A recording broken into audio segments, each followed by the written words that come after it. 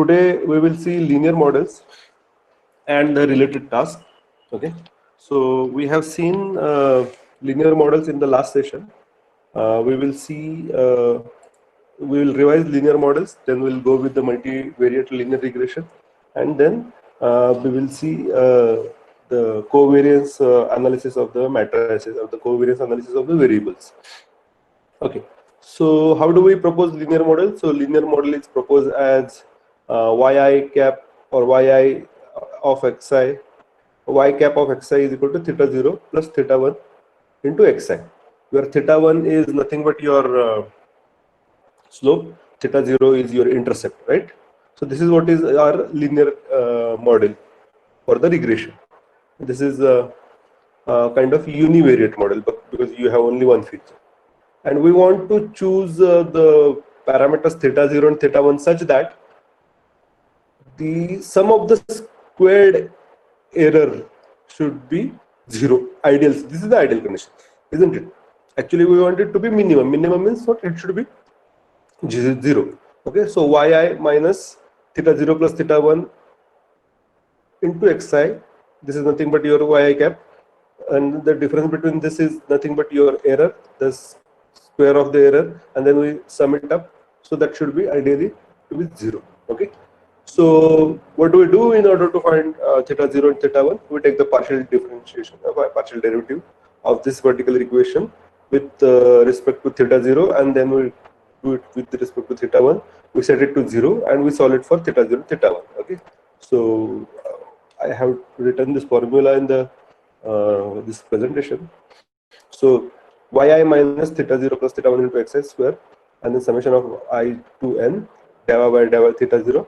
So with respect to theta 0, 2 will come here, theta is here, so it will be minus 2. And we equate this to 0 and we solve it. We have seen how to solve this in the last session. So that will give us that the estimation of theta 0 is minus theta 1 into h bar. Y bar is nothing but your y mean, h bar or x bar is nothing but your x mean. Okay. And like that, we set this with, we solve this with respect to theta 1. So theta 1 is here. So 2 will come here, and ultimately this minus will go here. So it will be minus 2. And there is a multiplication of xi. So xi will come outside. So this is the equation we equate to 0. We solve it for theta 1. And then what we get with this is theta 1 cap is equal to summation of I is equal to 1 to n xi minus x bar into yi minus y bar. That is nothing but your covariance of xy, and divided by summation of I is equal to 1 to n xi minus x bar. Okay, xi minus x bar square. This is nothing but variance of x. Okay, xi minus x bar into xi minus x. Okay, so the regression coefficient or the slope, that is theta 1, has now, as you can see, n times the covariance between x and y in the numerator, and n times the variance of h in the denominator, h in the sense x in the denominator. Okay, so theta 1 has the covariance of xi, n times covariance of xi on the numerator side, and n times the variance of x on the denominator side, and that can be written as, now look at this, that is the covariance of xi and covariance of x, that is what is variance of x. So that can be written as like this. Okay, now covariance is measured in units of x times units of y. So this is what is, if you look at this particular, x times unit of y. Okay, so this is the multiplication of x times unit of y. Okay, and then variance is measured in unit of x squared. So that is the quotient is measured in unit of y per unit of x. Okay, so that is what is the numerator is the covariance and denominator is variance. Okay, that's what we have seen yesterday. Okay, now here we will see, if you are given a data, then how do you find the covariance of a particular data set or a matrices. Okay. So let us assume that you are given a kind of n by d matrix containing n instances and d features. Okay, so what I will do, I just use this. So you have, let's say this is your data set. Okay, and then you have n rows, so 1, 2, 3 up to n rows and 1, 2, 3 up to d features. Okay, so here you have n by d. So the size of the x is n by d. Okay, what do you mean? You have n samples and you have d features. So ultimately, your every sample will have d values. Okay, and there are such n samples. Okay, this is your data. Okay, and xr is the row in x, x is a column in the x, and xrc is an entry in x that you will better know. And then now I say that now the notation is that mu j. What do you mean by mu j? Mu j is nothing but mean of column j. Okay, mean of column j. Okay. So I'll just write this on this side. So when I say mu1, it means that it is the mean of column 1. Okay, okay, like that mu2 and up to you will have mu d. Okay, so mu j is nothing but mean of the column j, and that can be calculated at, how do you know the how do you calculate it? So you better know that summation of all element divided by n.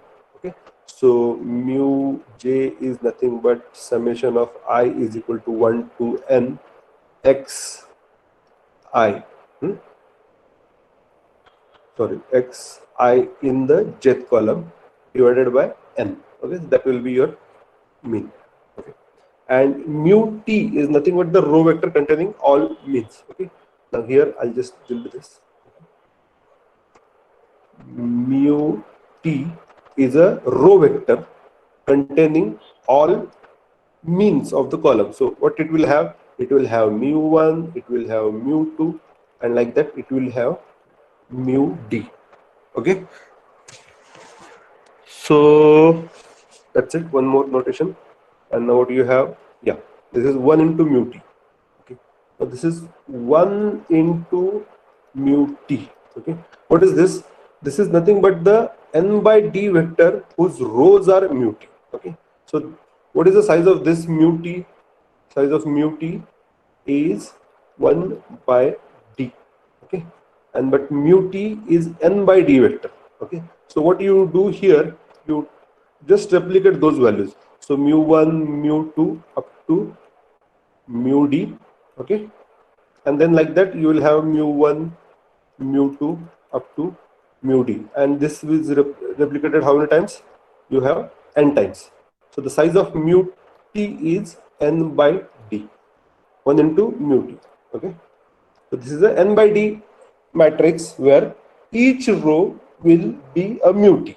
Okay, and x bar is a kind of a zero-centered data matrix, so that has the mean 0 into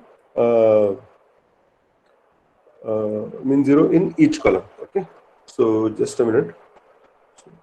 X bar, okay, x bar is a zero-centered data. What does it mean?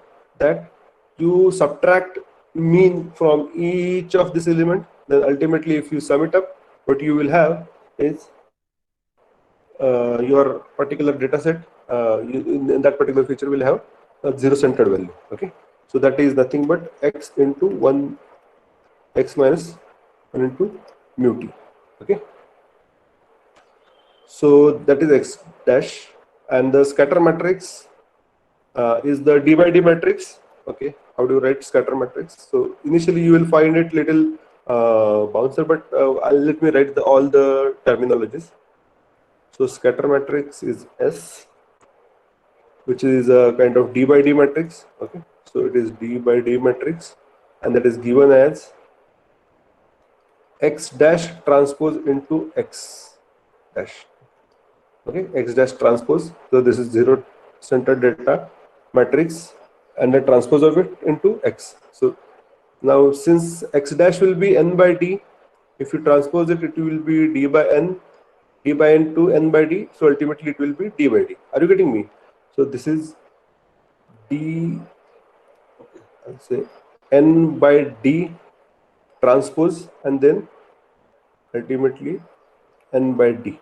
So n by d transpose will be d by n, and this is n by d. So the size of the scatter matrix is d by d. So you will have a scatter matrix of all features. So scatter matrix will give you the scatter matrix of the all features. Okay, got it? So that's why it is a d by d scatter matrix. Okay, and the detail is given here, so it is not required. So this is already we have written this, so you can write it as what is x transpose? X transpose is x minus 1 into mu t transpose into x minus 1 into mu t. So if you elaborate this, so you know what is x dash, or x dash is given as x minus 1 into mu t. Okay, got it? And then m is a d by d matrix whose entries are the product of this particular mean. Okay, so m can be given as mu into mu t. Okay, so again it is a d by d matrix, so just a product of all the means. Okay? So we will see it in the example. Okay, and the covariance of matrix X is given as, so covariance is given as of S is given as of X is given as how much? 1 by n S. This is the scatter matrix divided by the number of samples. Okay, good. So what we will do, we will have one example. Okay, so let me write this.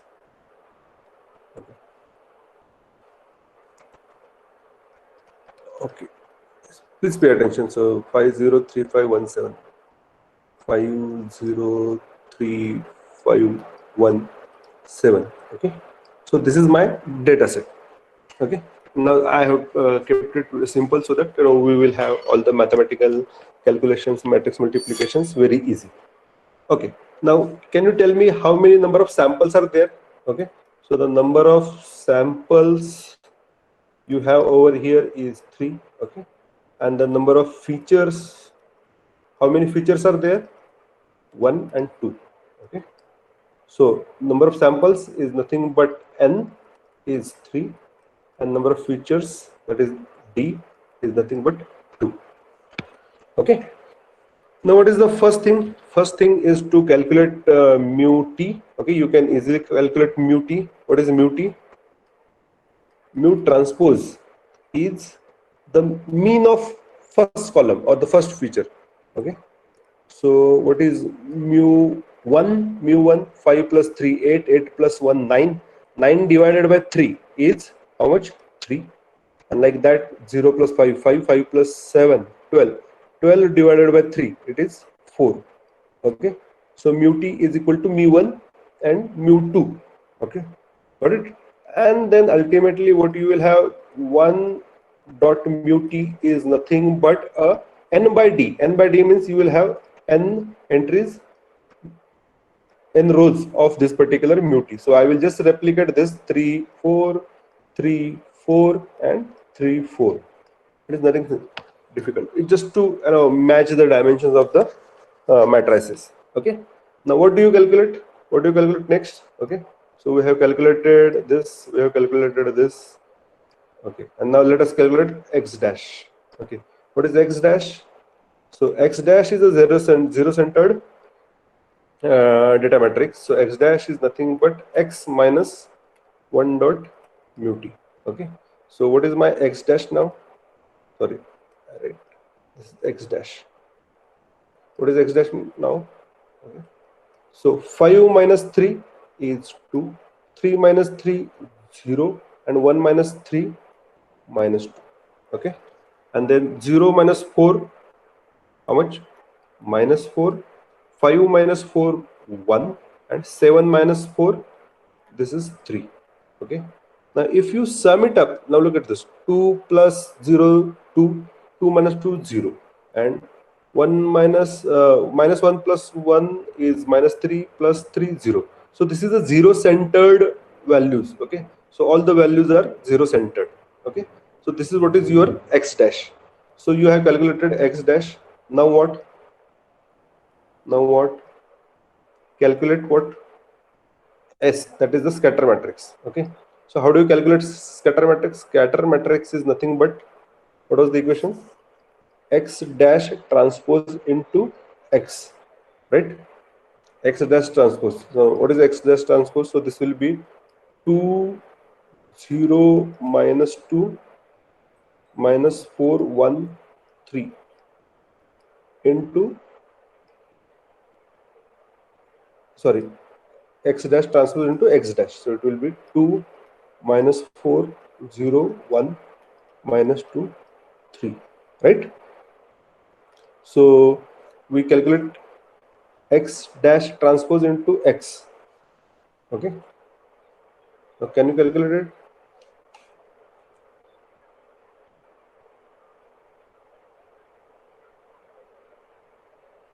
Okay. So just see over here. We have calculated mu t 1 dot mu t x dash. We have calculated X transpose into X. That is this into X transpose of this into X. This is 35, 22, 22, 75. Then M is nothing but the product of all mean. So M is nothing but product of the mean. So 3 into 3, 9, 3 into 4, 12, 4 into 3, 12, and 3 into 3, 9. So this is going to be the product of, sorry, 4 into 4, 16. So this is the product of all means. Okay. So you take this mill and then multiply with each other. Okay. And then S is going to be what? S is going to be the X dash transpose into X. So this is going to be, now if you can multiply 2 into 2, 4. Okay, so 2 into 2, 4, and minus 2 into minus 2, 4, that is going to be 8. Okay, and this into this, minus 8 and 0 minus 14. Okay, now this minus 8 into minus 6 minus 14 and minus 16 minus 15 and 9. How much? Minus 6. 26. Okay, 4, 4, 16. 16, 16 plus 1 plus 9. Okay. So this is going to be 10, 26. So this is going to be your scatter matrix. Okay. Are you getting this? Okay. And now since you have this scatter matrix, okay, what is the covariance matrix? Covariance matrix is nothing but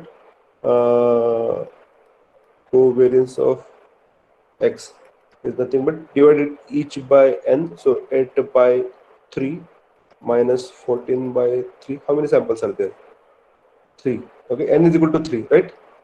So 8 by 3 minus 14 by 3, then minus 14 by 3, and then 26 by 3.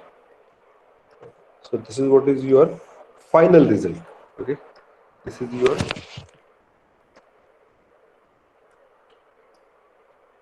final value of calculating a covariance matrix for this particular given value of data set.